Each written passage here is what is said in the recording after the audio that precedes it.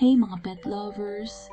Balik tayo sa Doc MJ Vlog kung saan nagbibigay tayo ng tips para sa ating mga mabalahibong kaibigan.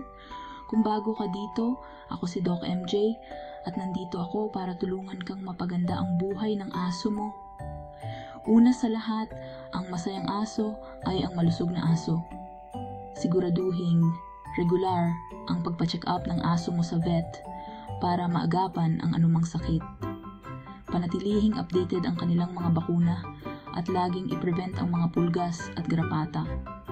Walang may gusto ng parasites, lalo na ang ating mga kaibigang may 4 na paa.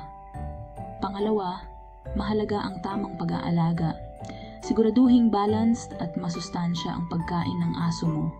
Iba-iba ang needs ng bawat breed, kaya mag-research ka o magtanong sa vet kung ano ang pinaka-mainam para sa aso mo. At huwag kalimutan ang tubig. Dapat laging may fresh water na available.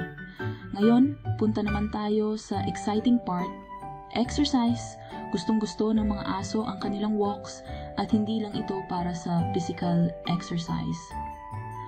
Ang paglalakad sa aso mo araw-araw gamit ang leash ay nagbibigay ng mental stimulation at nagpapatibay ng inyong bonding.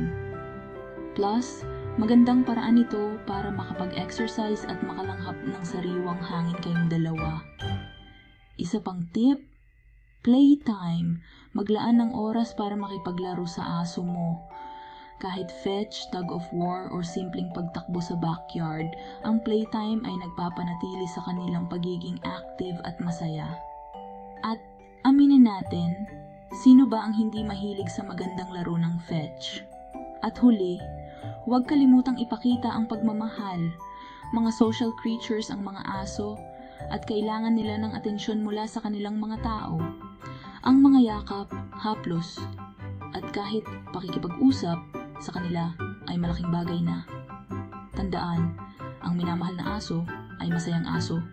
Ayan, malusog, naalagaan ng maayos, walang parasites, nilalakad araw-araw, at binibigyan ng pagmamahal. Yan ang recipe para sa isang masayang aso. Kung nakatulong ang video na ito, huwag kalimutang mag-thumbs up at mag-subscribe sa Doc MJ Vlog para sa mas marami pang tips at payo sa pag-aalaga ng inyong mga pets.